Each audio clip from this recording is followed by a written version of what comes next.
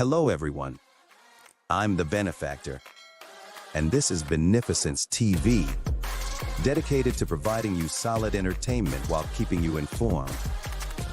We are a progressive media outlet with the focus on providing thought-provoking content on forbidden knowledge regarding topics such as Marxism, plasmoids, zero-point energy, vortex-based math, and anti-gravitics. Our aim is to combat the spread of dangerous misinformation and to educate on these intriguing and unconventional areas of study while separating fact from fiction. Join us on our journey of discovery and challenge conventional thinking here on Beneficence TV. And now presenting my revolutionary analysis of Twitch's exploitation of the moderator class. Now starting the very first episode of The Social Situation.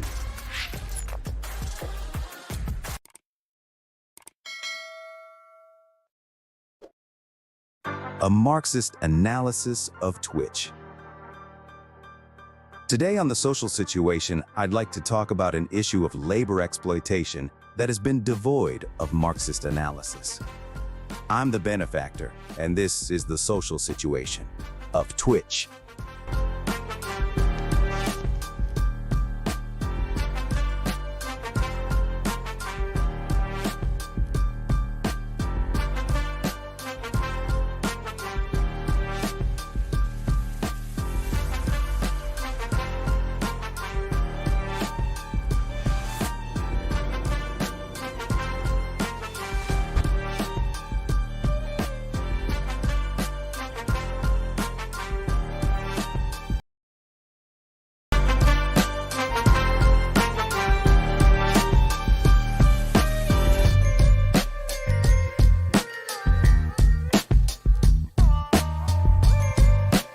Thank you for your question, but I have to say we're capitalists.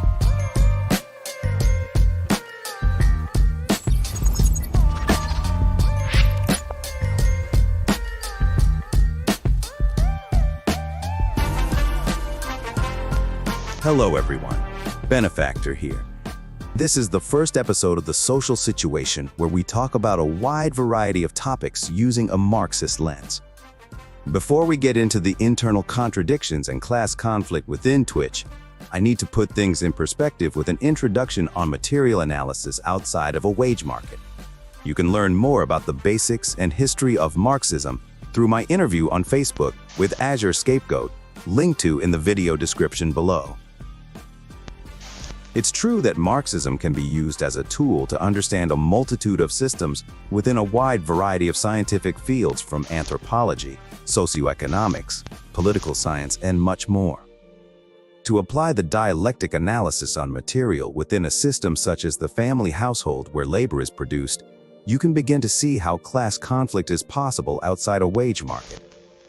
Marxism suggests that wherever there is a division of labor beyond one's sustenance, there must also be a surplus of value to that labor regardless of any physical contract. Within any household, there is an undefined amount of necessary labor to be done. Cooking, cleaning, maintenance, etc.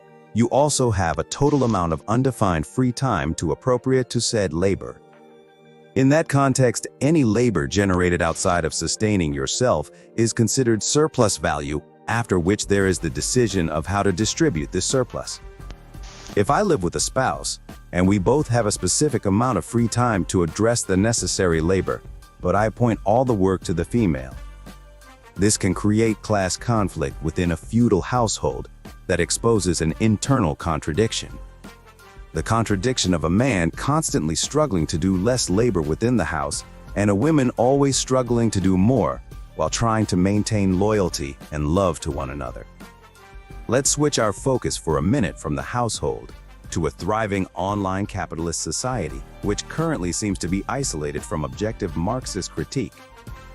That is, until now. If we are to analyze the material conditions of a community such as Twitch, which operates as an eerie microcosm of our dystopian gig economy, in which a moderator's class are loosely compensated for the fruit of their labor by a content creator class of a few elitists, those minority whom are exponentially expanding their profit margins, a system of exploitation that Twitch itself and their capitalist, for-profit algorithm reinforces. That when that deal is done, the $20 an hour, something is going on that you actually know, but you don't want to face, but I'm going to show it to you. When I hire you for 20 bucks an hour, I know that for every hour that you give me your work, your brains, your muscles to work, I'm going to have more stuff to sell at the end of the day because you're added to my workforce. You're going to help me produce more goods or more services or better quality goods and services than I would have if I didn't employ you. So I'm going to say to myself, it costs me to get Abby $20 an hour. What do I get out of it? I'm going to have the output that Abby adds by her labor. Now that has got to be more than 20 bucks. So the only way I'm going to hire you for $20 an hour is if you produce more in the hour than I give you. So when you feel in a vague way at the end of the day, as you walk home, that you're being ripped off, you're absolutely right. Or in Marx's language, exploited. So what does the capitalist say? I earned it. No, you didn't. He just ripped people off. After all, Twitch's algorithm is only based on views, meaning the more you have, the more the algorithm favors you. This may be an equal distribution of shared content among the platform, but it is no means equitable or gives any consideration to material requirements for those starting out. This ultimately leads to a system that favors those who have already established a major following on other platforms and gives little help to those at the bottom who are relatively unknown. Some famous streamers might claim they made it on their own. However, when analyzing the various flaws in a system that shares information via the distribution process favoring already established mainstream content, these not-so-obvious flaws become obvious. This method of favoring distribution with already popular content is an issue in and of itself, giving less room than other platforms to obtain new mainstream content creators, ignoring any fact that some may have had an initial boost due to viewers from a different platform whom someone else had built.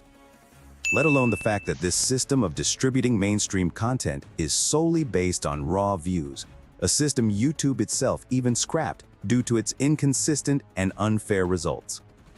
One must consider any following outside of said platform to have an actual objective critique on legitimate meritocracy within a community like Twitch. But I digress.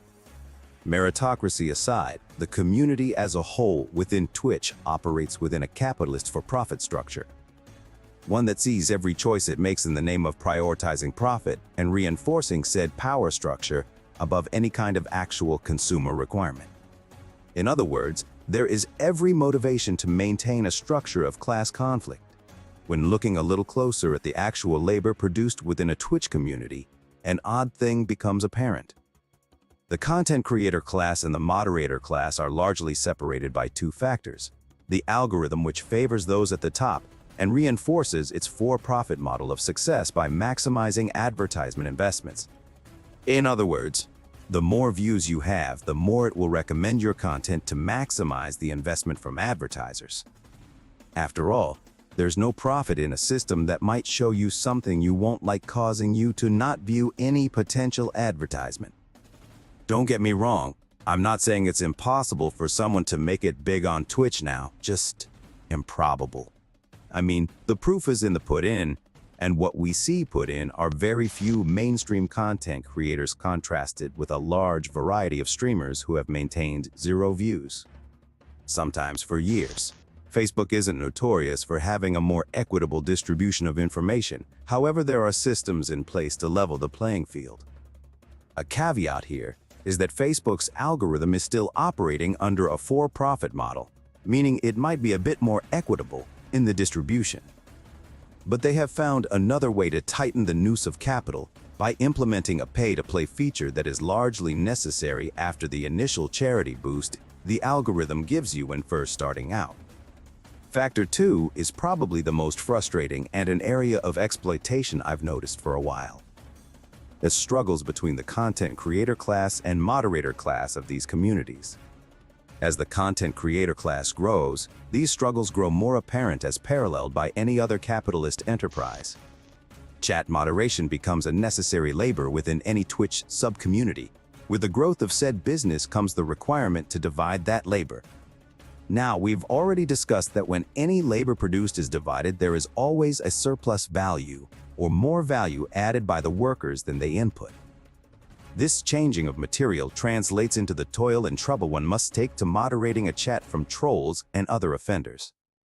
Moderators are sometimes also tasked with promotional duties for the enterprise. Let's contrast this with the largely labor-free content creator class who are regularly absent from this chat maintenance labor, but always get to decide what to do with its surplus value. The void in any mandatory wage compensation leads to inevitable class struggles within the Twitch sub-communities and online community as a whole, as the moderator class grows ever more alienated from the product of their labor. These class contradictions by their very nature are paradoxical, as one class is constantly struggling to maintain the growth and quality of their enterprise, while the other is struggling to get more recognition to grow theirs. The quid pro quo essentially taking the form of raids. A raid is a way of sending all your viewers to another business when you're done broadcasting, enticing those without a guaranteed paycheck to do free labor for you. This is no guarantee that these viewers will pay to stay. In other words, there are no set standards for compensation for said work. This hope of recognition and subsequent growth from someone else's success teeters closely to a modern-day multi-level marketing scheme. Some moderators often being compensated for their work with gift cards, or not at all in some cases.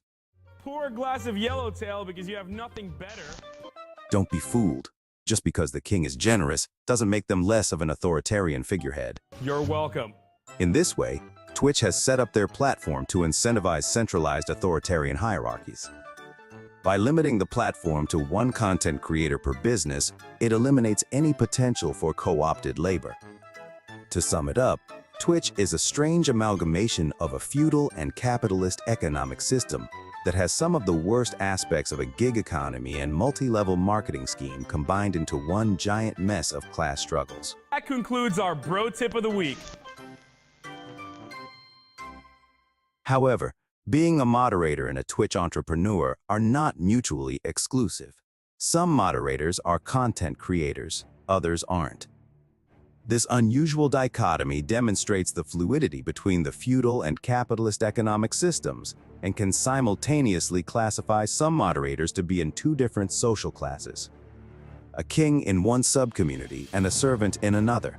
Reminiscence of cult-like behavior may start to formulate as those at the bottom deify those at the top.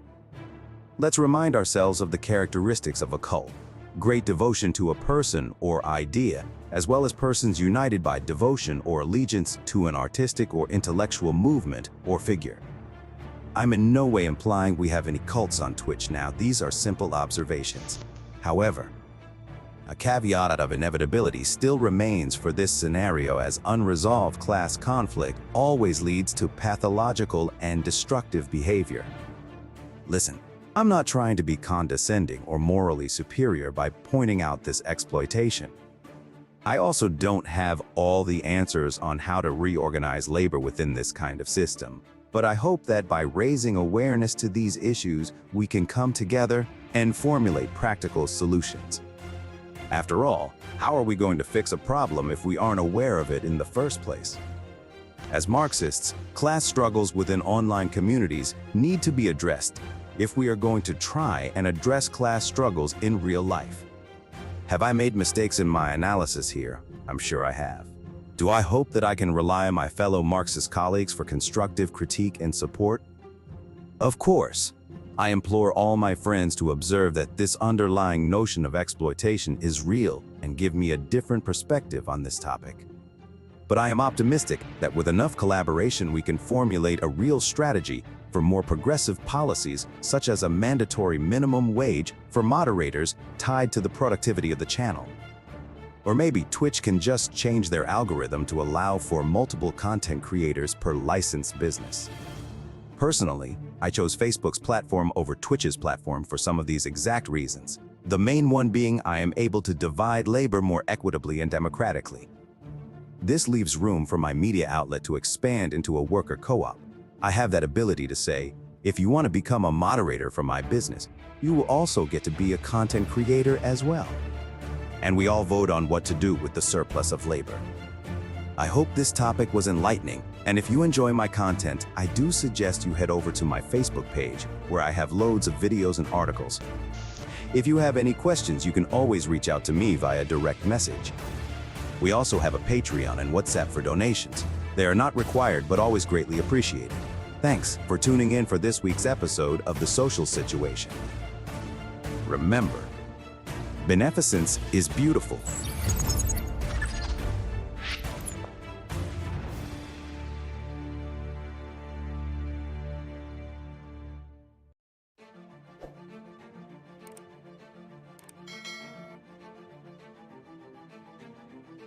Throughout modern history, there have been visionaries who dared to dream beyond the boundaries of conventional science.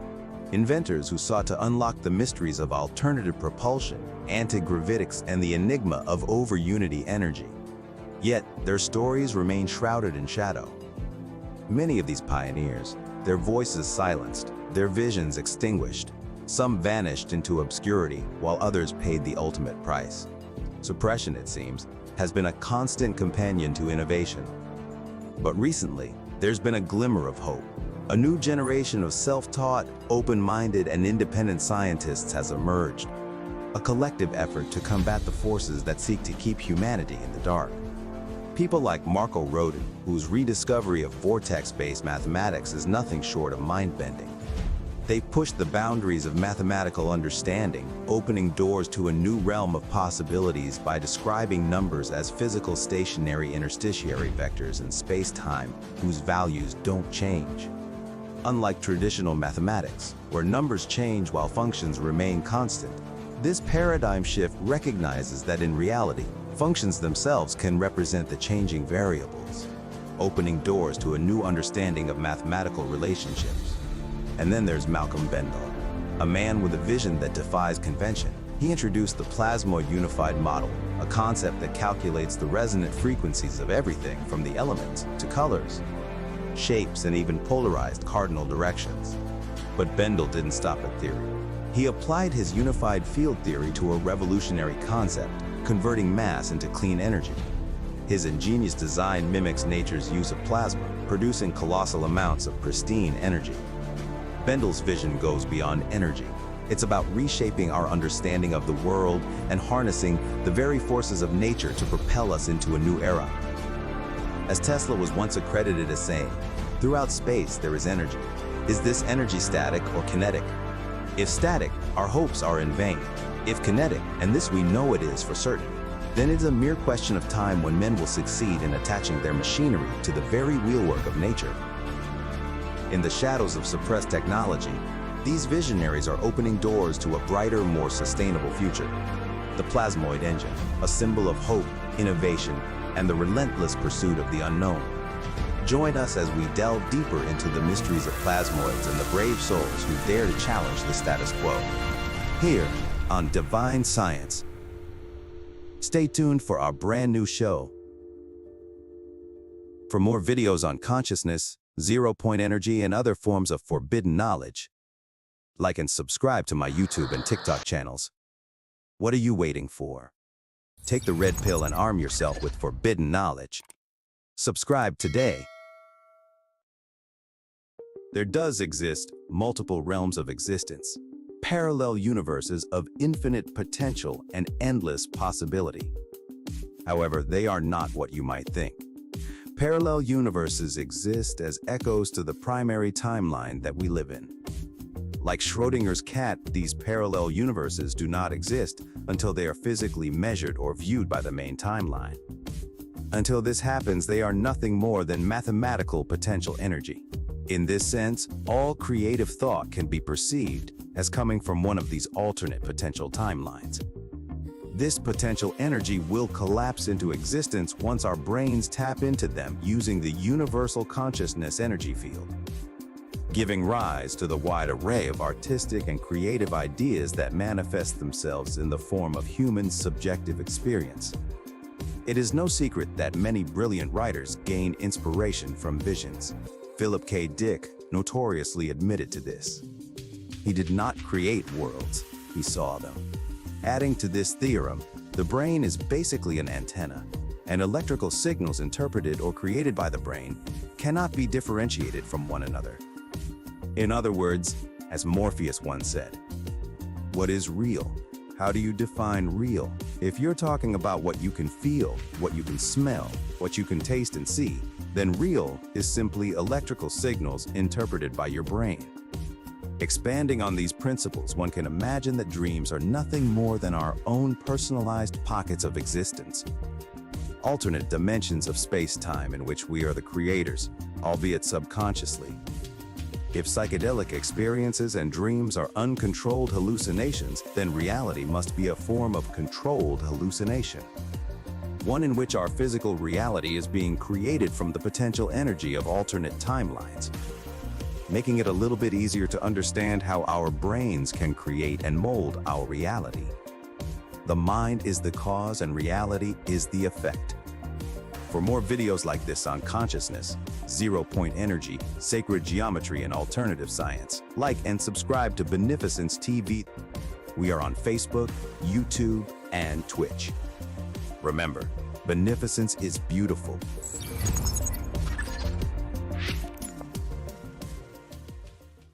Hitler took the guns. Stalin took the guns. Mao took the guns. Fidel Castro took the guns. Hugo Chavez took the guns. And I'm here to tell you, 1776 will commence again if you try to take... We interrupt your regularly scheduled propaganda to bring you breaking news.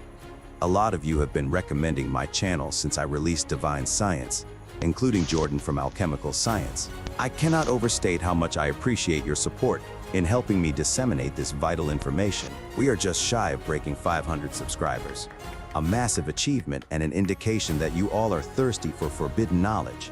If we continue on this trajectory, we can propel these topics into the mainstream and push them out of the category of forbidden.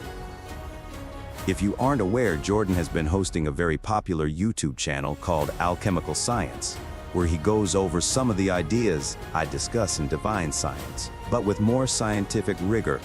A perfect channel for those curious in building your own thunderstorm generator, or would just like a better scientific description of some of the new phenomenon that science is discovering. Jordan and his team have put together a comprehensive guide along with materials list to build one, and you can access all that information via his website alchemicalscience.org or through my website beneficencetv.com.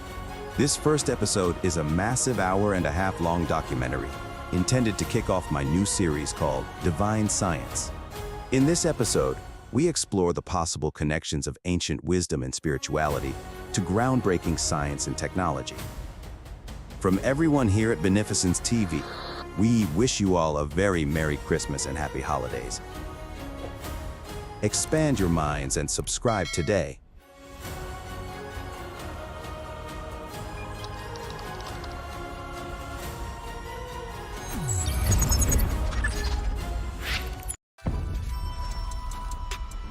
And now a beneficent fact.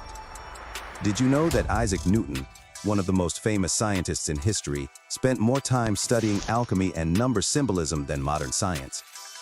This interest in alchemy started during his childhood when he was boarding in the attic of an apothecary's shop.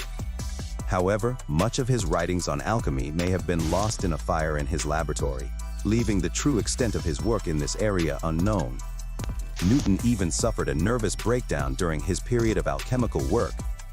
Alchemy has been largely ridiculed and dismissed as pseudoscience, and its practitioners were often labeled as charlatans or fraudsters. However, recent scholarship has shown that alchemists made significant contributions to science and medicine, including the discovery of elements and the development of pharmaceutical drugs. Alchemy's focus on the transformation of matter and the study of the universe's hidden potential remains relevant today, and its earlier practitioners deserve a serious re-evaluation of their work. For more videos like this, subscribe to our YouTube and TikTok channels.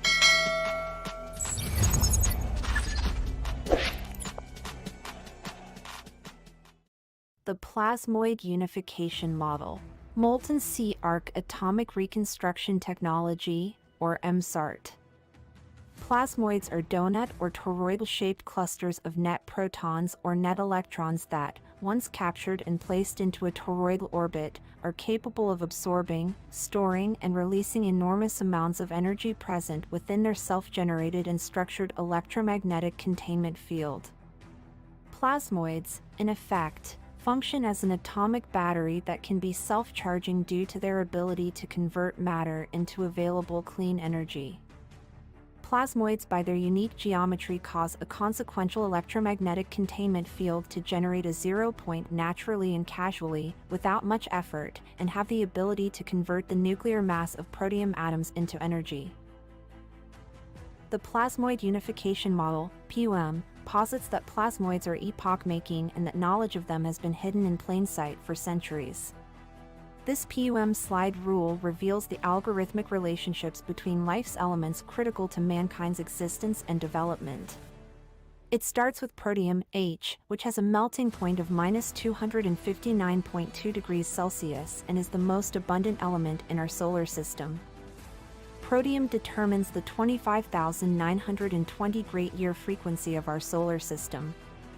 The resonant frequencies of all others can then be calculated when 25,920 years is reduced from years to days, hours, and seconds. The PUM is evidence that the universe is an intelligent design. That design is in perfect octave harmonic resonance with itself. Therefore, all of creation, from galaxies to planets to elements, all resonate in unison with a collective chord referred to by our ancestors as above so below. This principle embodies the truth that there is always a correspondence between the laws and phenomena of the various planes of being and life. Its origin dates to sometime between 200 CE and 800 CE and is attributed to an ancient document called the Emerald Tablet of Hermes Trismegistus. The concept, that which is below corresponds to that which is above, and that which is above corresponds to that which is below, to accomplish the miracles of the one thing. This is interconnected with an energy web, the 24 components and laws of which are all based and governed on the same 16-sector torus plasmoid precepts shown. The concepts and ruling principles of the PUM can, and have been, applied to make energy to matter and matter to energy conversions. When applied to the modern hydrocarbon-powered internal combustion engine, PUM technology removes exhaust toxic waste products and increases the engine power output by transforming waste energy back into fuel. Plasmoids employed in conjunction with the plasmoid toroidal implosive turbine provide a new novel matter-to-energy and energy-to-matter propulsion device for water, land, air, and space travel. This unified theory of matter and existence has been applied to practical technology. Recently, Malcolm Bendall has developed what is called the plasmoid thunderstorm generator. It is called this because Malcolm brilliantly designs the engine to replicate how nature utilizes opposing hot and cold counter-rotating forces within a containment to reproduce a thunderstorm in a bottle. To explain the basics of how the Bendall engine works, we begin by imploding a sphere. Then putting the North Pole, which is rotating anti-clockwise, against the South Pole, which is rotating clockwise, you create a monopolar point on the equatorial plane. Segmenting the imploded sphere into 8 planes creates 16 peripheral points which, when viewed in cross-section, reveal the infinity symbol. In order to calculate the resonant frequency of a shape, you must first calculate the sum of its internal angles. To calculate the resonant frequency of an imploded sphere, we must produce the sum of the internal angles contained within all 8 planes. All physical shapes vibrate at the sum of their internal angles, which are determined by the base angle of 22.5 degrees and its octaves. The angle between the 8 planes and the 0-point equatorial center also determines the location of the knot and nodes on the Fibonacci phi curve on the pi surface. This connects and defines the placement of all the elements.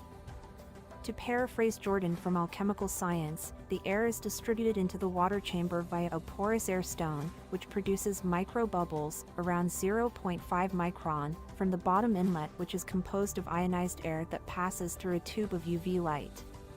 These microbubbles are sucked up through steel wool contained between 2 mesh screens using the vacuum pulses from the engine, shown here in this diagram. The stainless steel filter which the microbubbles pass through act as a catalyst to atomize and vaporize the ionized water filled with microbubbles, which is then pulled up as gas or vapor into the top chamber during the vacuum phase of the engine.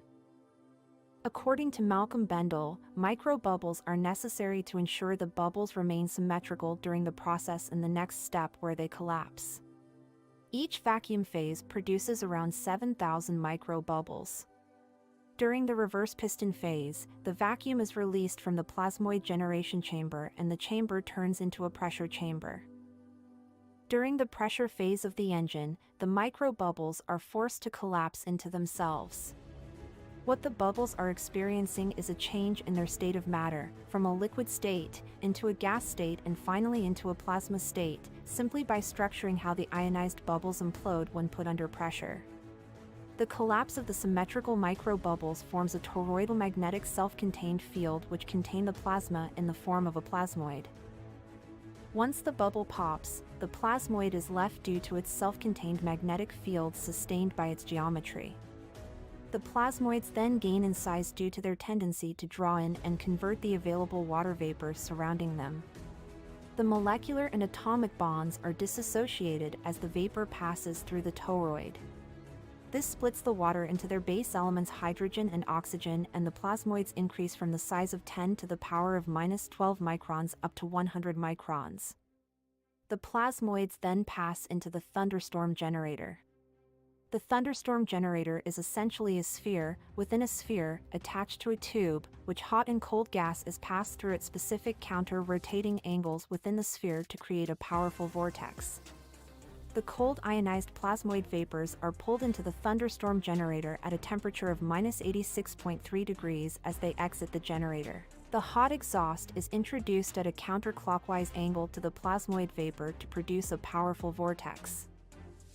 The opposing vortexes of hot carbon exhaust gases and the cold water vapor that is dense with plasmoids collide, reproducing a thunderstorm in a bottle, where slight differences in temperature can cause powerful storms.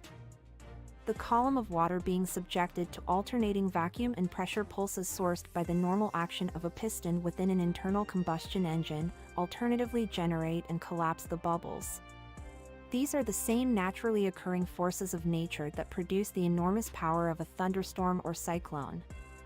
Cool moist plasmoid enriched air moving into the engine, structured using resonant spheres and cylinders of different diameters, interacts with hot dry air, encapsulating it as it moves out in the opposite direction from the engine. This releases enough energy at an atomic level within the exhaust stream to fundamentally alter its composition, eliminating toxic chemical wastes such as carbon monoxide, nitrous oxide, hydrocarbons, and other toxic compounds. The exhaust's net positive ions, which are also bad for life, are replaced with net negative ions within the exhaust. Simultaneously, within the vacuum, imploding into the engine together, the MSART plasmoids and water vapor act to both dissociate the water into hydrogen and oxygen. The plasmoids alone, once reaching their effective charge density, create a viable singularity zero point due to charging received by the thunderstorm tornado dissociating the hydrogen into its component electron and proton. This atomic and molecular fuel is fed back into the engine to add and enhance the explosive force of the normal hydrocarbon fuel. Other elements that contain neutrons within the imploding vacuum stream are unaffected by the forces applied by the plasmoids, as they are not powerful enough to act on the nucleus, therefore producing no nuclear byproducts. What this does is turn the exhaust into toxin-free oxygen.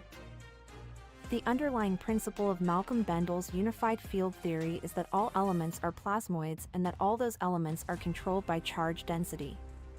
Therefore, making charge density the only relevant characteristic when considering zero matter, time, light and matter. Jordan from Alchemical Science is an independent researcher who has personally verified the engine's authenticity, and according to him on his channel, which is linked to in the description below, there is a slight smell of burnt air but almost no sense of carbon emissions produced when putting your nose up to the exhaust.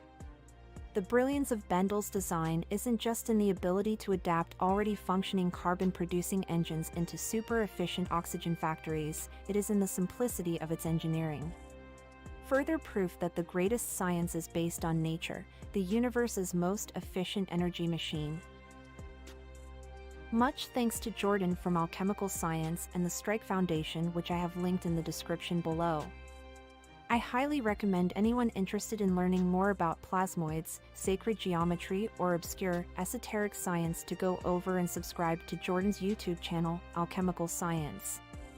The truth is out there. These are the doors, all you have to do is walk through them.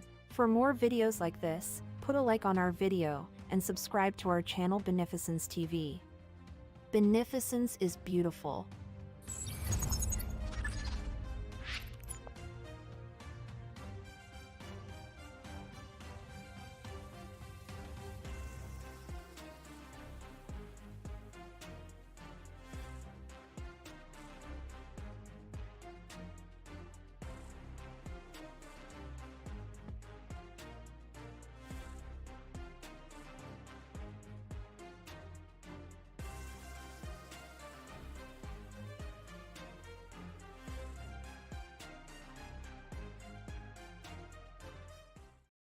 Hello everyone, I'm the Benefactor, and this is Beneficence TV, dedicated to providing you solid entertainment while keeping you informed.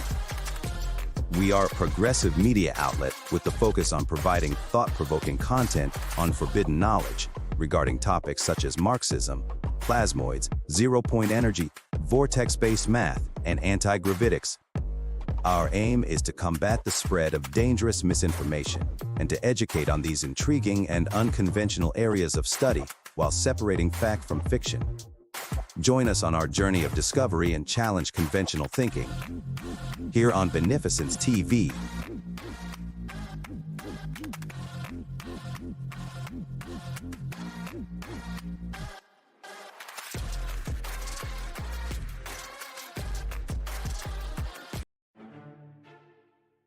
I need your absolute attention for a moment.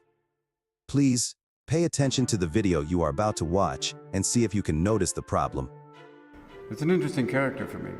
It's not necessarily somebody you'd think that I am right off the bat be playing. A lot of people say, you could play Truman. Sure. But it's like, it was a tough job for me.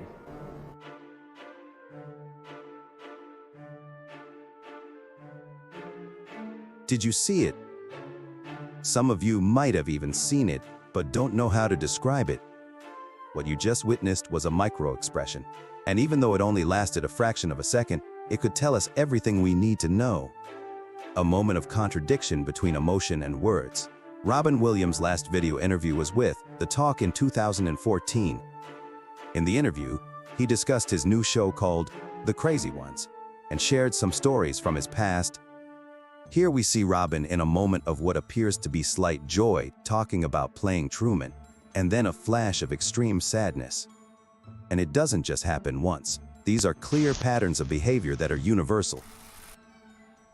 Have you ever wondered what someone is thinking? I'm not talking about those sideshow scammers you see grifting in the strip malls, preying on the desperate. I'm talking about a way to really know what someone's truly feeling. If we were looking at the world through the lens of Dr. Paul Ekman, maybe we could have spotted this contradiction. Eastern Highlands Province, Papua New Guinea. A mountainous region of the Papua New Guinea highlands, between the upper reaches of the Ambulum and Okapa rivers. Dr. Paul Ekman, a renowned psychologist who specialized in the study of nonverbal communication and facial expressions, is just finishing up his second year studying the facial expressions of the four people when he reaches a startling discovery. From 1967 to 1969, Dr. Ekman was interested in their facial expressions and whether they were universal or culturally specific. He found that the four people had the same repertoire of facial expressions as people in the Western world, which further supported his theory that facial expressions and emotions are innate and universal. This research with isolated tribes helped him to further refine his theories and develop his understanding of how facial expressions work, which has been invaluable to his work on micro-expressions. Dr. Ekman recorded their interactions and studied their facial expressions while teaching them how to read emotions from Western faces. His work with the four people helped him to develop a comprehensive theory of micro-expressions called the facial action coding system. Micro-expressions are subtle, fleeting facial expressions that occur within a fraction of a second and reveal a person's true emotions or feelings.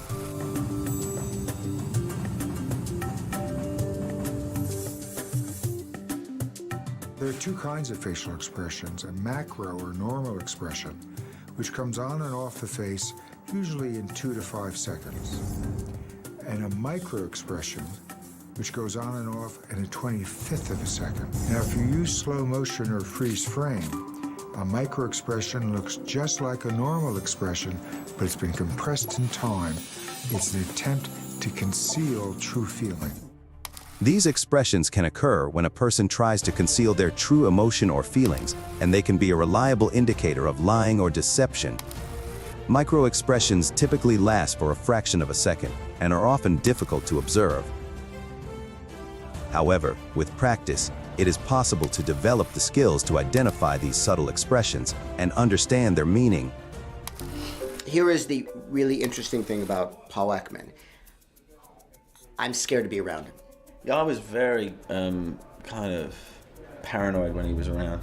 You just assume that he is going to just like peer right into your soul, and he's going to basically give you a printout of all of your bull. To spot a lie using micro-expressions, it is important to look for inconsistencies between the person's verbal and nonverbal behavior. Colleagues have touched on counterfeit goods, and I share their concerns very deeply. I'm also concerned about stolen goods. Mr. Bezos, are stolen goods sold on Amazon? It's just that with over 1 million sellers, I'm sure that it has happened. For example, if someone is saying one thing but their facial expression suggests something else, it could indicate that they are not telling the truth. There are different types of micro-expressions, each corresponding to a different emotion. The 7 universal emotions are happiness, sadness, fear, anger, surprise, disgust, and contempt. Spotting micro-expressions of these emotions can be useful in detecting deception. In summary, understanding micro-expressions and how they work can be a powerful tool in spotting lies. It takes practice to become skilled in identifying these subtle facial expressions, but with time and effort, it is possible to develop this essential skill. Dr. Paul Ekman's theory proposes that facial expressions are universal and innate, meaning that they are hardwired into the brain and can be observed across different cultures, languages, and ethnic groups. Fax has been widely used in various fields, such as psychology, sociology, and forensic science, to understand the emotions, intentions, and attitudes displayed through facial expressions. You have to realize, the average person lies 3 times per 10 minutes of conversation. The question is never simply if someone is lying. suspect why. For more information on microexpressions and how to train yourself to become a human lie detector, visit Dr. Ekman's page linked in my YouTube description. For more content like this, like and subscribe to my YouTube and TikTok channels and stay tuned for more. Hello everyone, I'm the Benefactor, and this is Beneficence TV, dedicated to providing you solid entertainment while keeping you informed. We are a progressive media outlet with the focus on providing thought-provoking content on forbidden knowledge regarding topics such as Marxism, plasmoids, zero-point energy, vortex-based math, and anti-gravitics. Our aim is to combat the spread of dangerous misinformation and to educate on these intriguing and unconventional areas of study while separating fact from fiction. Join us on our journey of discovery and challenge conventional thinking here on Beneficence TV.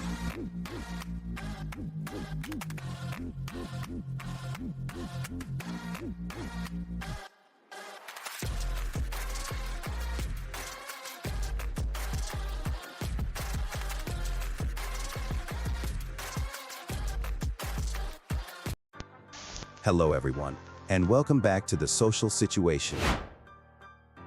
I'm your host, the Benefactor. Today I'm going to talk about inefficiency in a capitalist enterprise. I will open your eyes to the mysteries of the inherent flaws within a capitalist organization and explain why CEOs make irrational decisions that would affect the quality of their products. Sit back and get ready to take the red pill into the world of worker exploitation. And now, the social situation of Cyberpunk 2077.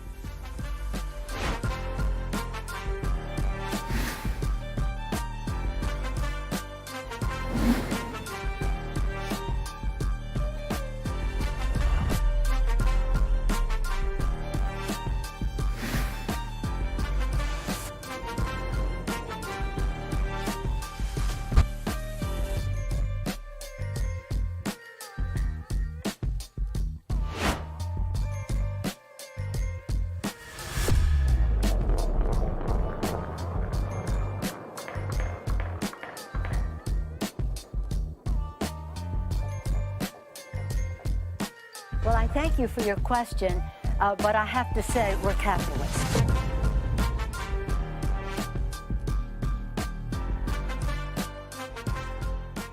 There has been an issue with the way we organize our labor under a capitalist framework. The framework of an employer constantly struggling to maximize the difference between how much their employees work and how much they get paid. A system that focuses its priorities based on the power structure of an authoritarian nature, where one person, or a small minority, control the lives of potentially hundreds of thousands or more. Aside from the inherent contradiction of organizing production and distribution of goods and services in this way, a successful model inevitably leading to the workers not being able to buy what they produce. This way of organizing production also creates class tensions and inefficiencies between the majority who do the work and the minority who are usually disconnected from the everyday work environment and don't actually turn production or create profit themselves. Remember, management is classified as unproductive work. Hey, Pam, yeah, I forgot what day the interview was and I drove to New York accidentally. Be like 3 hours late. When you realize that there is a direct link from being overworked to making avoidable mistakes in the production process, it's easy to see how irrational capitalist organized businesses can actually be, sacrificing any long-term stability for maximizing short-term profits. Unfortunately, these practices are widespread due to capitalism's tendency to ensure the conditions of its own existence. It does this by forcing business practitioners to solely focus on profit when starting a business, leading to wealth inequality, redistribution, and eventually monopolization of industry. This is a huge mistake. Businesses don't just exist to generate profit. They exist as staples in our economy that play vital functions. These functions, like transportation for goods and services, need to be prioritized since the economy, and subsequently its citizens, relies heavily on them. As our own government would say, these industries are too big to fail. You can patch them with band-aids all you want, but internal contradictions inevitably lead to instability. Even businesses that don't appear to play any vital function in our economy actually do if you look a little closer. A healthy economy is one in which money is not stagnant or sitting around. A healthy economy is one where money is circulating, being transferred from one person to the next as fast as possible, like the blood pumping through an inorganic body that is supplying oxygen to vital organs, one after the other to keep itself alive. It's just a shame that nobody sees the need to fix the failures of a business before that threshold is crossed. I would recommend addressing contradictions within the business first. By doing so, you are addressing the instability within the enterprise. These mistakes may seem innocent in the video game industry. However, if we shift our focus for a moment and apply this logic to other industries, you can now understand how employers are directly responsible for unnecessarily putting their employees in harm's way, simply by structuring the business as an authoritarian top-down hierarchy, subjecting them to harsh working conditions or unsafe environments, seeing employees as nothing more than numbers on paper or just a means to an end. A warning for future entrepreneurs. Using the dialectic analysis on the situation, which is analyzing the back and forth interaction between two opposing forces and observing the created change over time, you can begin to see how treating workers like robots instead of human beings with real-life needs, such as breaks and appropriate amount of leisure time outside of work, will inevitably lead to inefficiencies. As a business owner, cracking the whip is one of the most counterproductive practices you can participate in. We will refer you to Maslow's hierarchy of human needs, or the theory of human motivation as evidence of these ideas. By applying the dialectical analysis, one can see the inherent contradiction between the profit-driven capitalist enterprise and workers' basic human needs. In the context of analyzing the situation of worker exploitation, the dialectical analysis highlights the struggle between the capitalist class seeking profit and the working class seeking better working conditions and treatment. Maslow's hierarchy of needs offers strong scientific evidence as to why employee well-being should be a top priority. Maslow's hierarchy of needs is a theory that proposes that human needs can be organized into a hierarchy, with basic physiological and safety needs at the bottom, followed by needs for love and belonging, esteem, and self-actualization. In the context of the inefficiencies of a capitalist enterprise, overworking employees can be seen as a violation of their basic physiological and safety needs, as well as their needs for balance and personal growth. When employees are overworked, they may experience physical and emotional exhaustion, which can lead to burnout, decreased job satisfaction, and increased turnover. This can ultimately result in decreased productivity, decreased profitability, and decreased overall success of the enterprise. Thus, it is important for capitalist enterprises to consider the needs of their employees and prioritize their well-being in order to achieve long-term success. Let's give a couple of examples before I postulate a couple of solutions. Not long ago, CD Projekt Red was in the headlines due to its major release, Cyberpunk falling short of its delivery concerning the last-gen consoles. I'm sure there are many reasons why this happened, but let's look at the root of the production process and work our conclusions from there. CD Projekt Red had implemented something the gaming industry calls crunch time. This is a period of time where the developer pushes the workers to input an enormous amount of time and labor, often lasting months and sometimes even years. We're living really long hours. I had a hard time just talking to people because I was just kind of tired and angry all the time. We pretty much crunched that whole year. Leading up to the much anticipated launch of the game, and with extensive pressure from investors, CD Projekt Red implemented a 6-day work week, forcing their employees to push production to their limit. Furthermore, reports from former CD Projekt Red employees show that the crunch periods lasted extremely long, and some employees were close to working 100 hours per week. This level of overwork can lead to numerous consequences, including burnout, which can have detrimental effects on the mental and physical health of employees. Inefficiencies arise when companies try to prioritize profits over employee well-being, causing a direct impact on the quality of their products. Another issue with crunch time is that it can lead to a culture of fear and overwork, with employees motivated by the fear of being left behind or seen as less productive than their colleagues. This culture can lead to a lack of creativity, innovation, and communication, reducing the overall productivity and efficiency of the workforce. Now, let's contrast this with some alternate labor experiments done. Microsoft recently implemented a 4-day workweek experiment in Japan, and their results were interesting but not surprising. Their productivity went up by 40%. Other examples can be given of experiments with 6-hour workdays, rather than 8 hours that yield similar results. I say that it's not surprising because humans are not machines. When you have an employer who is trying to squeeze the employee to maximize the difference between labor input and wage, of course you're going to lose productivity in the process. Doing so, you have not chosen the path of least resistance. To address the issue of overwork and inefficiencies in capitalism, companies need to prioritize the well-being of their employees and shift their focus from short-term profits to long-term sustainability. One potential solution could be to implement a 4-day workweek or a reduced workday, as seen in successful experiments. Additionally, creating a culture that encourages communication, collaboration, and innovation can lead to a more productive and efficient workforce. Ultimately, it is essential for companies to recognize that a healthier and more fulfilled workforce leads to better and more effective products overall. As Frederick Douglass once said, power concedes nothing without demand. In the end, this is a power structure that is essentially strangling itself. When you loosen the noose of capitalism and introduce democracy into the workplace, such as a worker co-op, you obtain more efficiency, quality, and productivity because the workers are personally invested in their place of work. By loosening or eliminating the grip on labor input with progressive labor strategies, you also get the added bonus of a more focused, enthusiastic, and energetic workforce.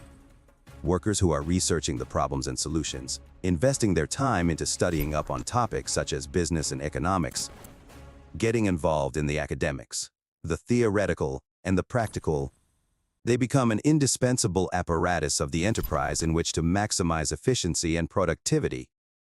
These are byproducts of organizing production in this manner, where each worker is also part owner of the business.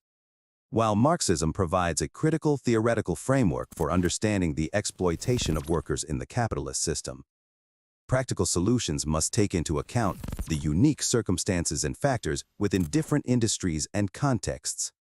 Overall, it is essential to recognize that exploitation and economic inequality are systemic issues that require systemic solutions. While individual actions and choices can contribute to these problems, addressing the root causes requires collective efforts and structural change. Marx argued that the wage system, in general, creates a division between productive and unproductive labor, where unproductive labor is not valued or paid fairly. Marxism teaches us that minimum wage laws only address the symptoms of the problem and not the underlying structural inequalities in capitalist society. Instead, he advocated for the abolition of wage labor and a move towards a socialist system where all labor is valued and compensated fairly. Let's look at Paul Cockshot's theory for a moment, a theory proposed in his incredible book, Towards a New Socialism. In his book, he proposes using a socialist economic planning system to replace the market economy. In this system, every worker would be allocated a certain number of non-fungible labor tokens that represent the amount of time they have worked. Each token would have a standardized value based on the average productivity of all workers. These non-fungible labor tokens would allow workers to be compensated fairly based on the amount of work they have performed without the need for wages or salaries. Additionally, the tokens could not be freely exchanged, ensuring that workers are not exploitative of others. This system aims to abolish wage labor by enabling workers to have more control over the means of production and the decision-making process. The planning system would be democratic, with decisions made through a system of councils composed of elected representatives from different industries and communities. While Paul Cockshot's proposed new socialism aims to give workers more control over the means of production and decision-making processes, the concept of self-exploitation is not viewed as a problematic issue within his framework. This is because the primary objective is to eliminate systemic exploitation of one class over the other, rather than addressing individual-level exploitation as we do now. Additionally, workers would have the ability to democratically participate in decision-making processes, including work hours and labor allocation, reducing the pressure to prioritize their labor over their own well-being. Overall, the proposed system seeks to create a more equitable and fair distribution of resources, minimizing the need for individuals to self-exploit. Cockshot's theory proposes a revolutionary economic system that aims to eliminate economic inequality, end wage labor, and create a more just and equitable society. In a Marxist sense, labor exploitation refers to the extraction of surplus value from workers beyond their basic subsistence needs. It occurs when the wages paid to workers are insufficient to cover the costs of their reproduction. Workers are left with limited or no ability to improve their living conditions or accumulate wealth, while capitalists profit from their labor. The way most corporations work is 4 times a year, they take the profits they've made in the preceding 3 months, and they distribute a portion of them to their shareholders. These distributions are called dividends. So if you own a lot of shares, say because you inherited them from your grandma, or you stole money and bought them on the stock market, there are lots of ways of getting them. But if you have them, 4 times a year, you go to your mailbox in the morning and you get an envelope and you tear it open, and inside is a check for your share of the profits that have been distributed to shareholders. For rich people, this is millions of dollars. They have all that money. What did they do exactly to earn that money? Nothing. Those people are going to tell me they earned? Earned what? Did they ever set foot in the factory? No. Do they have any idea what this company does? No, they don't care. They are simply sitting there collecting. Well, let's now do a little logic. If there are people like shareholders who get a lot of goods and services they didn't help produce, then there must be elsewhere in that system people who produce what they do not get. So that means if we allow that we are saying some people, your job is to produce a lot more than you get so that these people can get a lot more than they produce. For Marx, he stands up and says, I rest my case. This system sucks. There are 2 primary ways that capitalists steal from their workers. Absolute labor exploitation occurs when an employee is forced to work mandatory overtime on a fixed salary, allowing the company to take advantage of the capping your pay by demanding more and more. Relative labor exploitation, from a Marxist perspective, involves the intensification of labor and increased productivity without a corresponding increase in compensation. This situation arises when workers are pushed to produce more output in the same amount of time, or to increase their efficiency and skill level. Yet they do not receive additional wages or benefits proportional to their increased productivity. This generates surplus value for the capitalist and widens the gap between the value they extract from labor and the compensation provided to workers. A perfect example of this is in the early stages of computer programming. Writing complex code required significant time and effort. As programmers gained experience and new programming languages were developed, the same tasks became easier and less time-consuming. This allowed programmers to produce more software or accomplish more complex tasks within a given time frame. However, there has been a stagnation regarding not only wages compared to inflation, but also productivity as well. This tells us that with the introduction of computer technology, what used to require a room full of people could now be done by one person with a computer. You know what he did? He watched me work for 10 minutes and then started to design a simple piece of software that could replace me. Is that even possible? As it turns out, yes. No. We're throwing out the entire playbook. We're starting from scratch. We're implementing a brand new system. We're screwed.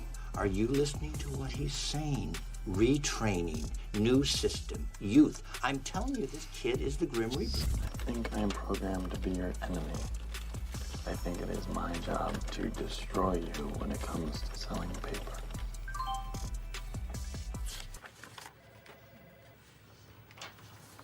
And if they knew how much I was paying for my haircut now, they wouldn't be giving me a nuggie. It was $200.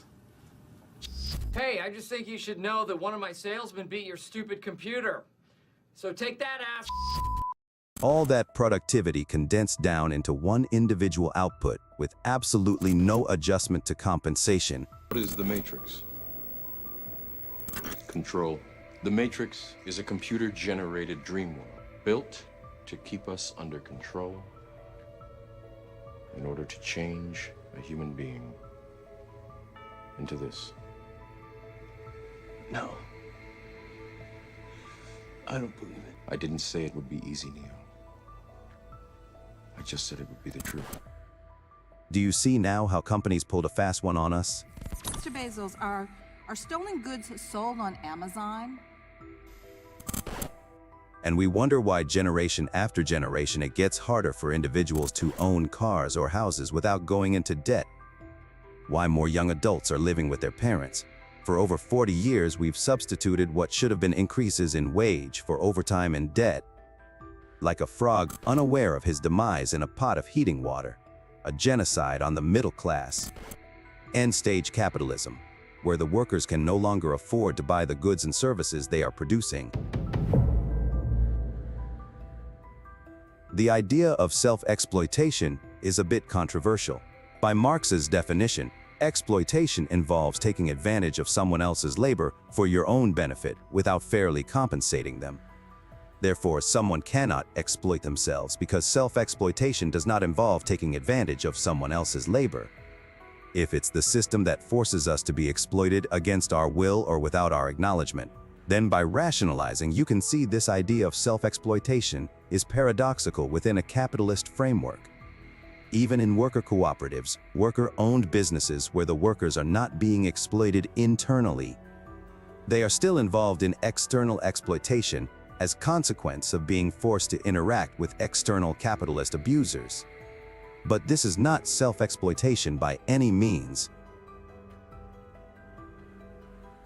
However, it is possible for individuals to engage in behaviors or work practices that harm their own well-being or quality of life, such as working excessively without adequate compensation. Marx did argue that workers under capitalism often internalize the logic of exploitation and participate in their own exploitation by accepting low wages and poor working conditions. He believed that workers often do this because they have no other choice under capitalism and must sell their labor power to survive. Nevertheless, self-exploitation in this sense would not be the same as exploitation in the Marxian sense, because it does not involve the systematic exploitation of workers by capitalists in a capitalist mode of production. By perpetuating unequal power dynamics and controlling resources, systems of top-down authoritarian hierarchies will always ensure the conditions of their own existence, because as these systems expand, those conditions are always going to be considered. Those considerations are only limited by the size and amount of resources at each system's disposal. In other words, the bigger the system, the more it can ensure the conditions of its own existence.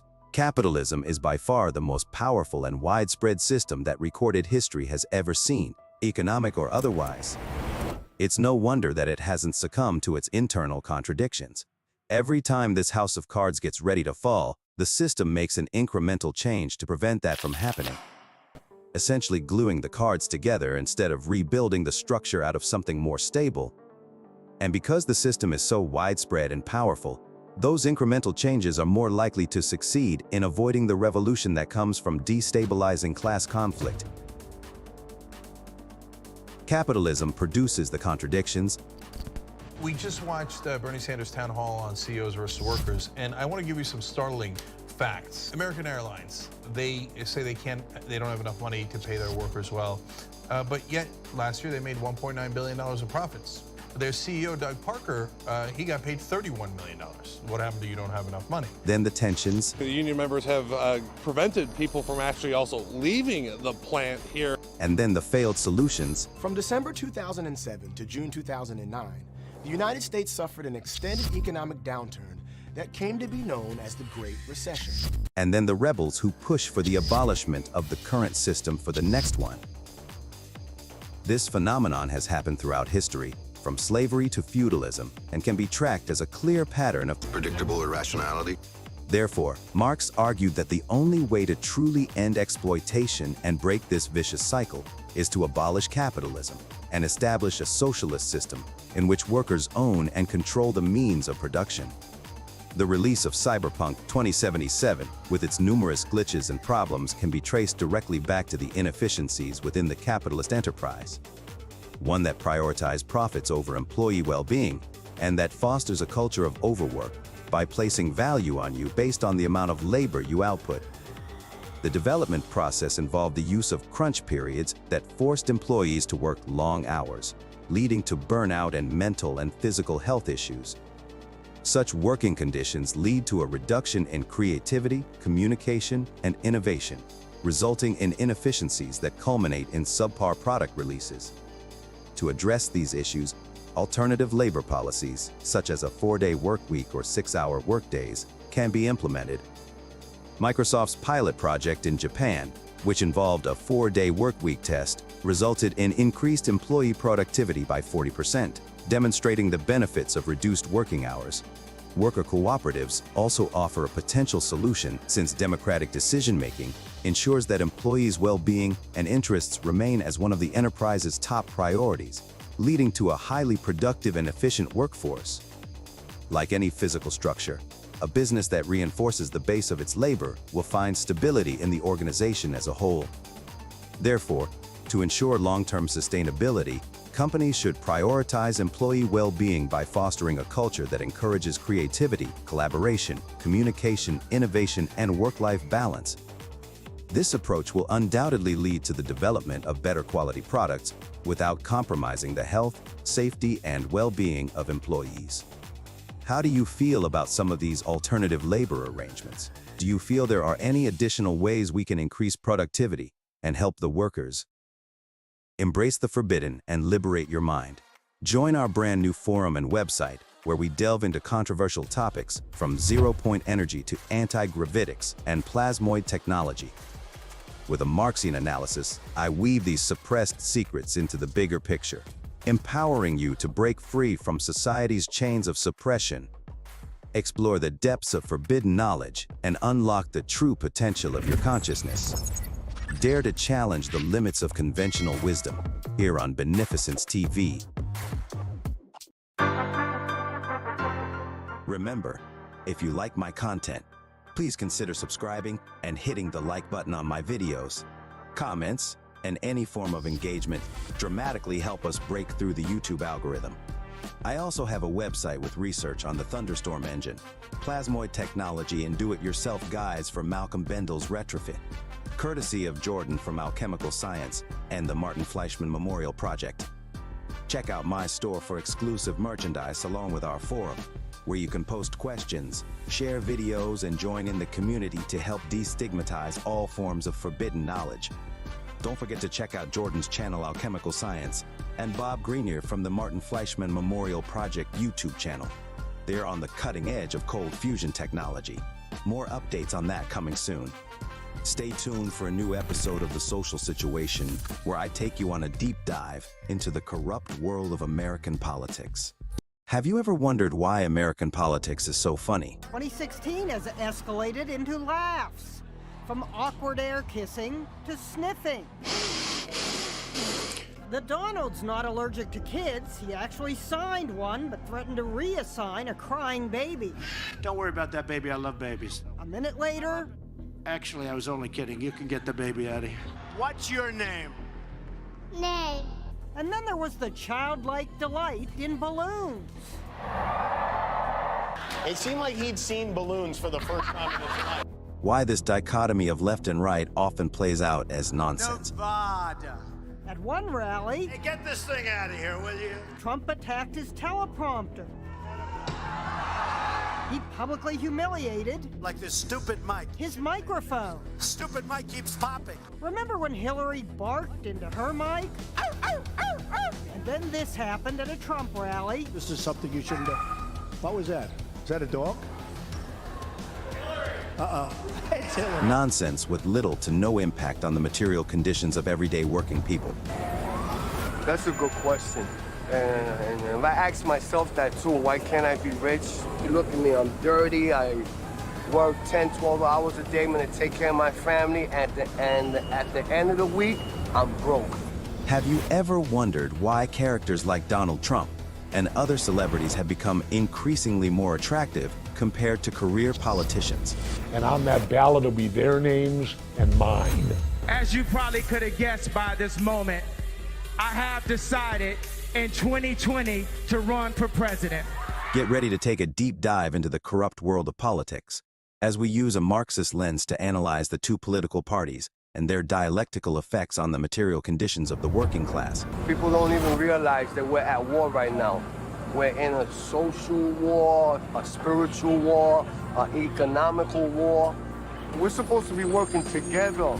You know, this is the United States of America. Why do we have it in our brains that they're the only two choices? Because they've made us think that way, and the media makes you think that way because they don't cover anybody else. Here on The Social Situation.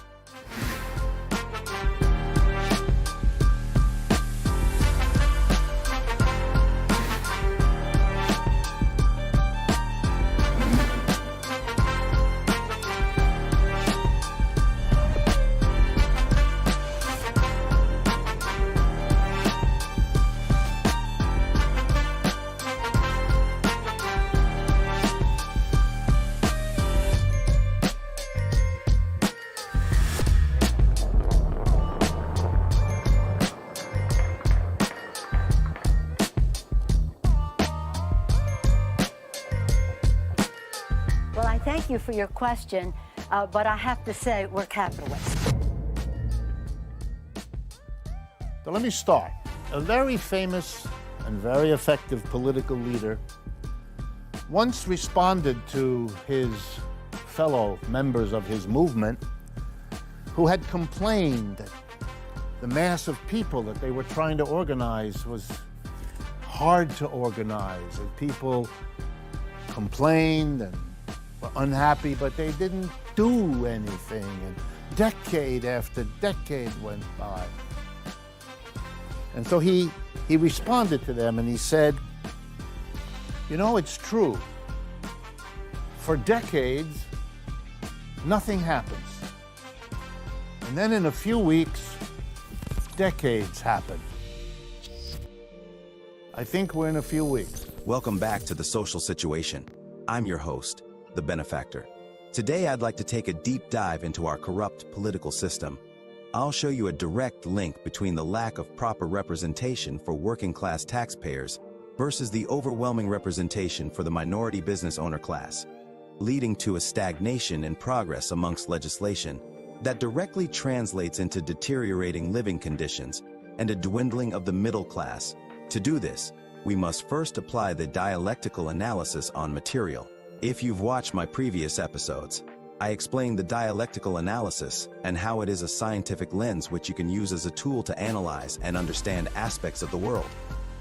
To summarize, in classical philosophy, idealism is the process of analyzing ideas in order to understand the world. It states that to understand the world, you must first understand the ideas that come from it. Marx was a philosopher. He comes out of a school of thought that believed that ideas were the supreme achievement of human beings. And so the world is really shaped by something prior to the world, namely ideas. So the notion is, sometimes called idealism, that the real world is the product of ideas. And if you want to really understand the real world, go to the ideas that make it what it is. Marx rejected that. For him, the material is just as important as the ideal. In Marxian philosophy, Marx took this one step further. He said that to understand the world, you have to understand the ideas, yes, but you must also understand the material world and the interactions between the two, or the back and forth between ideas and material. Not just how ideas shape our material reality, but also how our material reality shapes our ideas. If you want to see where the material comes from, it's shaped by ideas. But, and here comes his radicalism, it runs the other way too. The ideas don't come from nowhere. They come out of the real world. The ideas we have as people have to do with the real material problems we have as human beings and how we solve them. Where do we get our food? Where do we get our shelter? How do we get protection as little children from the elements, from our parents? All of these real material matters of life and survival are shaping our ideas every bit as much as our ideas shape the reality. Dialectical materialism is the name for a point of view that says if you want to understand the world, you need to look at how ideas shape the material, but the other way too, and the two have interact. That's the way to see the world. And for that reason, when it came to explaining the problems of capitalism, he never could and never did suggest it's all because of the ideas of people about capitalism. It's the real way human beings make their food, solve their clothing problems, their relationship problems that shape their ideas as much. And he was going to analyze capitalism through that lens of the interaction of ideas and concrete material reality back and forth. Marx uses this scientific lens to objectively understand complex systems by analyzing the interactions between two opposing forces and observing the created changes over time. With this dialectical lens, you can break down and better understand more complex systems, from political economy all the way to science and technology. Before we begin to break down and analyze the political oligarchy within the United States, I must first go over the basics of Marx's labor theory of value and how it relates to exploitation. This exploitation is understood by examining the different kinds of value, such as the surplus value every worker generates with their labor input. Cracking the economic code with the labor theory of value. The labor theory of value, proposed by Karl Marx, suggests that the value of a commodity is determined by the socially necessary labor time required to produce it. According to this theory, the more labor that goes into producing a commodity, the more value it holds. To fully understand this theory, it's important to distinguish between two key concepts: embodied labor and living labor. Embodied labor refers to the past labor that is congealed or embedded in a commodity. It represents the cumulative labor that has gone into the production process, including the raw materials, tools, and machinery used, as well as the labor required to create and maintain them. Think of the hammer needed for the laborer to make that chair. This concept acknowledges that commodities are not solely the product of immediate or living labor, but also encompass the labor that is stored and preserved in them. Kind of like how potential energy can be stored in a system. Just as potential energy is the stored energy that can be converted into kinetic energy to perform work. Embodied labor represents the cumulative labor that has been invested in the various components of a commodity. This labor is transformed into value during the production process when living labor interacts with the inputs of production. In this sense, labor cannot be created nor destroyed. Like particle physics, labor also follows the principles of conservation of energy. Like energy, labor can only be transformed from one form to another, from embodied labor to the value it represents. On the other hand, living labor refers to the labor that is currently performed by workers in the production process. It is the direct exertion of human effort and skill in transforming raw materials and utilizing the means of production to create new commodities. Living labor is the active force that adds new value to the inputs and brings the embodied labor to life. It is through this labor that the final product is shaped and brought to market. Think of yourself, the human employee, as the living labor that utilizes the hammer to make the chair. The labor theory of value highlights the dialectical relationship between embodied labor and living labor. Embodied labor represents the past accumulation of labor, while living labor represents the present labor input that generates value. These two forms of labor can be seen as potential and kinetic energy. Only when potential energy is transformed into kinetic energy will you get any useful work. From an engineering perspective, the value of a commodity is determined by the combination of these two forms of labor. The socially necessary labor time required to produce a commodity takes into account both the embodied labor already invested in the materials and means of production, as well as the living labor added during the current production process. As you can see, this represents a more scientific approach than the utility theory of value, which is a mainstream theory that suggests value is placed subjectively on personal utility. After all, just try measuring how much pleasure or utility ice cream gives you. The answer to that is subjective, compared to asking the question, how much labor was used to make that ice cream? an objective approach at examining the underlying variables, which ultimately leads to a better understanding of prices. When using science to analyze complex systems, you must look at objective variables that can be quantified, not subjective ones left up to personal interpretation. I must emphasize that the labor theory of value is not a theory of prices. It is a theory of value. This theory of value does not operate on the premise of predicting or determining market prices directly. Instead, it provides a framework for understanding the underlying source of value in commodities. Prices in a capitalist economy are influenced by various factors, such as supply and demand, market competition, and subjective valuations. However, the labor theory of value offers insights into the social relations and exploitative nature of capitalist production. It is not used to determine prices, but to resolve paradoxes of traditional economic theories such as the utility theory of value. In the utility theory of value, the value of a commodity is based on the amount of utility that commodity has to the individual. In this utility theory, a paradox arises when considering water as one of the most useful resources on the planet for life and its relatively low market value. In contrast, a diamond has limited utility compared to their high market value. This is the water-diamond paradox, and when analyzing things through a Marxist lens, you can successfully resolve this contradiction. Because if prices are governed more by utility rather than labor, then water would clearly have more market value than diamonds. By simply quantifying the amount of labor that has been input into a commodity, you can begin to see how labor directly correlates with value, which can then be used to analyze the more complex idea of price. Price represents the amount of money a commodity can be exchanged for in the market, while value refers to the socially necessary labor time required to produce that commodity, meaning that the value of a product is determined by the amount of labor put into making it, regardless of its market price. But that value can be useful in determining that price. Like a fractal, where one part represents the whole, so does labor, value, and price. By considering these concepts of embodied and living labor, we can grasp the dynamic interplay between the past accumulation of labor and the present labor input. In this context, my theories of incorporating the concept as above so below into the social sciences suggests that there might be a similar underlying pattern or relationship between labor, value, and price at various levels. Therefore, all of creation, from galaxies to planets to elements, all resonate in unison with a collective chord referred to by our ancestors as above so below.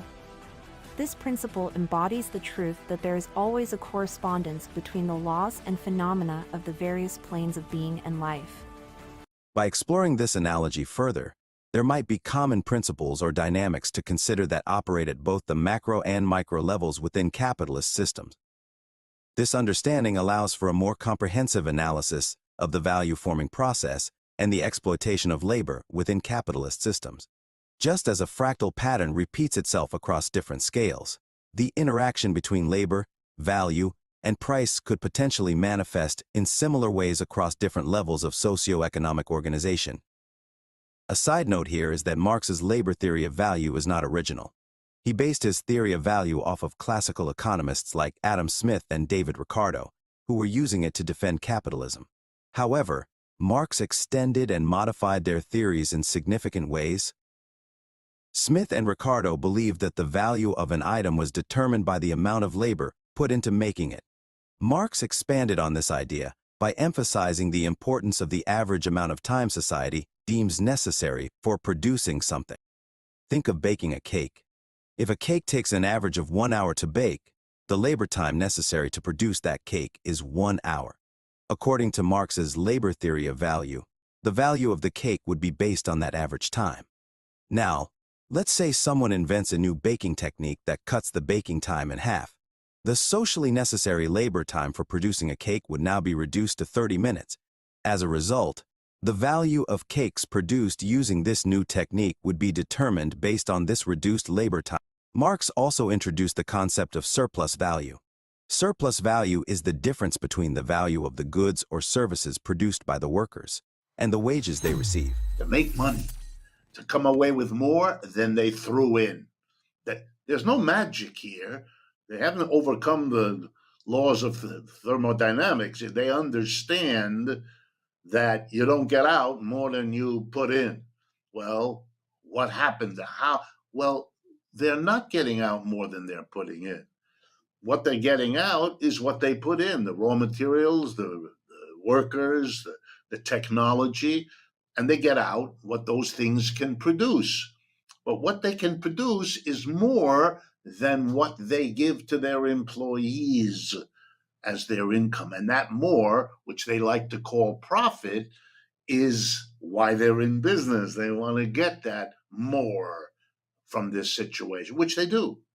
And that's why they're the employer. That's why they're in the position of deciding when it's profitable to hire someone and when it isn't. That's why capitalism basically holds all of us that are employees hostage. The boss is always in the following relationship to the worker. If you're the boss, you want to get more out of the worker and give him less. And the worker very quickly understands that the name of the game for him or her is to get as much out of you as possible and spend the maximum amount of time imaginable in the bathroom. Smoking things. This means that workers produce more value than they are paid in wages, and capitalists benefit from this extra value. Marx argued that this creates a conflict between the working class and the capitalists in a capitalist system. That worker is using his labor to increase the value of a commodity by utilizing the hammer to build the chair. The chair can then be sold by the capitalist for more than the cost to make it. The capitalist strives to increase the difference between labor input and the amount of compensation for making the chair. This is called maximizing profits, and it always comes at the expense of the people who are the ones generating the surplus value. This is called a fundamental opposition of interests. It is a bizarre way of organizing production by putting people who don't trust and hate and struggle against each other. And you know what it does? It produces lots of grotesque inefficiency. You know what the word sabotage comes from? It's a French word. Sabot is a wooden shoe in French. And if a worker was angry at the boss, which he usually is, what he would do is take the sabot and stick it in the machine, messing it up. And that's called sabotage. That's why you have that word. Okay? Workers are always doing that kind of thing because they're angry. Bosses know that. In fact, bosses usually assume you're angry at them, even if you aren't. And then they spend a lot of money hiring people like my wife as a psychotherapist to come up with what kind of music to pipe into the workplace to distract you from the anger they think you feel. By reaching 75% refinement on Sienna, you have earned for you and your fellow refiners a 5-minute music dance experience. Ellie, please approach the MDE cart. You may choose one genre and one accessory.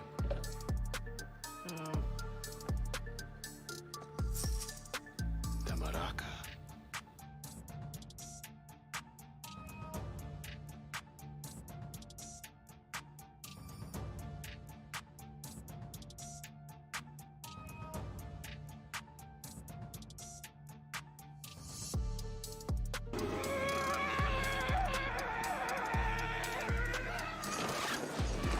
The workers generate the surplus value while the capitalist exploits their labor and doesn't actually generate value themselves, reminding us that within every capitalist business is a king or queen.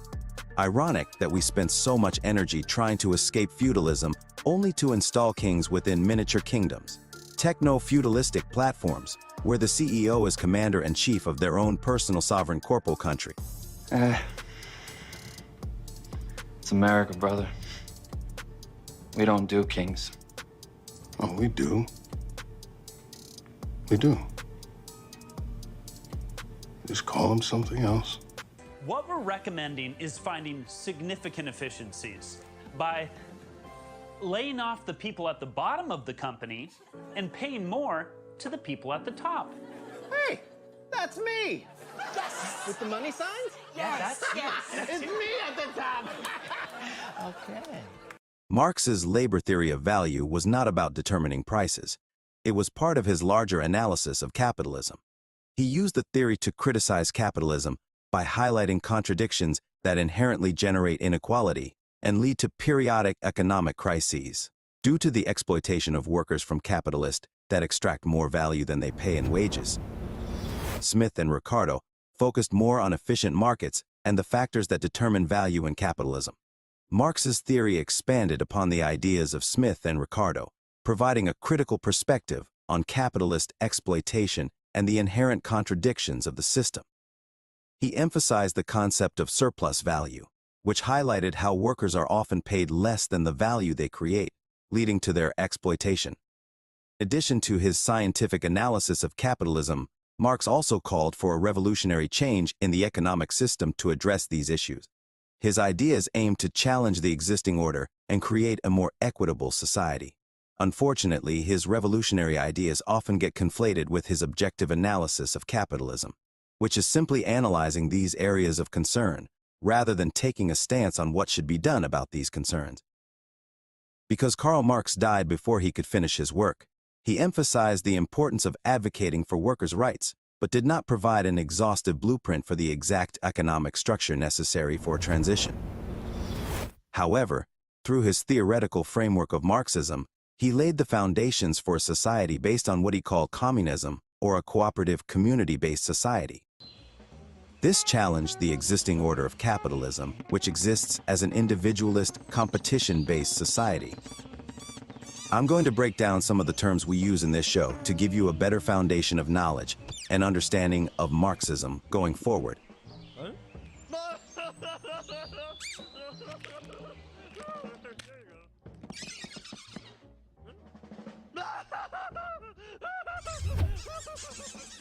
Socialism is the scare word they have hurled at every advance the people have made in the last 20 years. Socialism is what they call the growth of free and independent labor organizations. Socialism is their name for almost anything that helps all the people.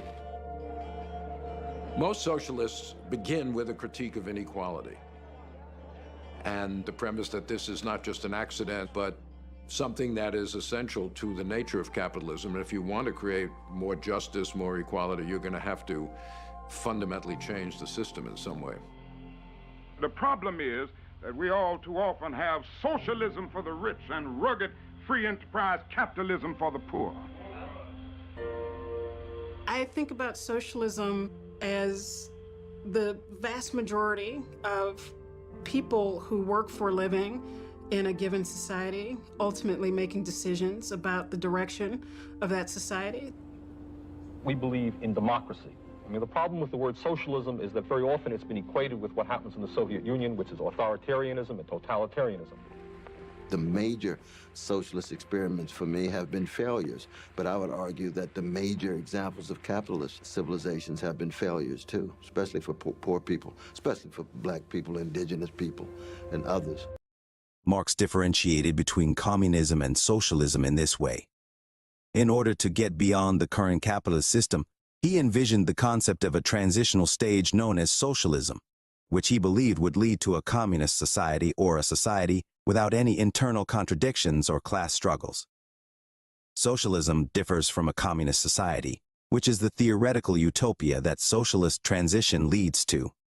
The etymology of the word communism comes from the Latin word communis, which translates to common or shared, and is commonly rooted in the word community. This is why we have many different versions of socialism that often differ quite a bit. It is why you cannot simply lump socialism into one large general category. To do this misunderstands the very birth and evolution of socialism, as there are many different theories on how to proceed with the transition into a theoretical scientific utopia. Socialism is what we call an umbrella term. It encompasses a wide array of ideologies, movements, and practices that all aim to achieve a more equitable and just society. All the taming and civilizing of capitalism that we've seen through welfare states, things like the minimum wage, like free education, all of this has come from movements inspired by the socialist vision. These different versions of socialism can range from democratic socialism, which advocates for social ownership of key industries and a strong welfare state. To me, democratic socialism is the value that in a modern, moral, and wealthy society, no person in America should be too poor to live. To libertarian socialism, which rejects a centralized state and emphasizes direct democracy and workers' control of production. For those who are wondering my political ideology, this is what I am. I'm a libertarian socialist. The theoretical utopia of communism has 3 basic requirements in order to fulfill its purpose as a self-sustaining society without any internal contradictions. A true communist society needs to have no class system. It would have no monetary system, and finally it would have no need for a state. So it would be a stateless society. These 3 principles were intended to ensure a society in which economic resources are shared equitably, social classes are abolished, and individuals are able to live harmoniously without the need for a central authority. Imagine waking up in a Star Trek-type utopia where all your basic medical, education, shelter, and food needs are taken care of, where you are truly free to explore the area of contribution to society that aligns with your passions, interests, and abilities without any limitations imposed by social classes, monetary constraints, or the presence of a governing state. A communist society is the theoretical framework for a utopia. Just like socialism, communism is an umbrella term, and a communist society often gets confused with a communist state, which is a state controlled by a communist party. Since the communist state still operates under a capitalist-dominated system, it often strays far from the original principles laid out by Karl Marx. Instead, authoritarian regimes have historically used socialism as a way to amass excessive control and power for the government, deviating from the intended goals of promoting equality and eliminating social classes. It's important to understand that these distortions of socialism have led to misunderstandings about its true nature and diverted from its original principle. Socialism is death, it's despair, it's starvation. It's like those zombies in those horror movies. It's coming back. For example, in my opinion, USSR socialism was a farce to justify overreaching state power. They may have started out as a worker revolution, but in reality, the immense power obtained by capturing the state needed to ensure the conditions of its own existence. By eliminating the original Marxist goal of giving the workers ownership to the means of production, this ensured the totalitarian power of the new communist state. However, the planned government of the USSR enabled it to industrialize while the rest of the capitalist world was plunged in a Great Depression, a successful model of a planned economy that often gets forgotten about. Where they are, it's because of ambitious government programs. That's why Cuba, an avowedly socialist country under a decades-long embargo, has a lower rate of infant mortality, a higher life expectancy, and a higher rate of literacy than the much wealthier United States. And that's also why the countries with the lowest poverty are places like Denmark and Finland. It's no mystery. No advanced economy has ever achieved low poverty rates without high levels of government social spending. And the fact is, capitalists have always fought against those policies, against progressive taxation, against minimum wages, against social welfare programs, against union bargaining. Poverty has been reduced not by capitalism, but in spite of and against capitalists' opposition. There's a man. Works in a factory. One day the boss gets it in his mind that this man is stealing from him. So, every night at the gate, the guard searches wheelbarrow. But they never find anything. Pat him down. Oh, they do that. Strip him naked. Nothing. So he's not stealing. Of course he is. Wheelbarrows. Thank you. That's right. He's stealing wheelbarrows. What? My point is, sometimes the answer is so obvious, you can't see it because you're looking too hard. See, we can't leave because we're the future, not the past. Hello everyone, I'm the Benefactor, and this is Beneficence TV, dedicated to providing you solid entertainment while keeping you informed. We are a progressive media outlet with the focus on providing thought-provoking content on forbidden knowledge regarding topics such as Marxism, plasmoids, zero-point energy, vortex-based math, and anti-gravitics. Our aim is to combat the spread of dangerous misinformation and to educate on these intriguing and unconventional areas of study while separating fact from fiction. Join us on our journey of discovery and challenge conventional thinking. Here on Beneficence TV,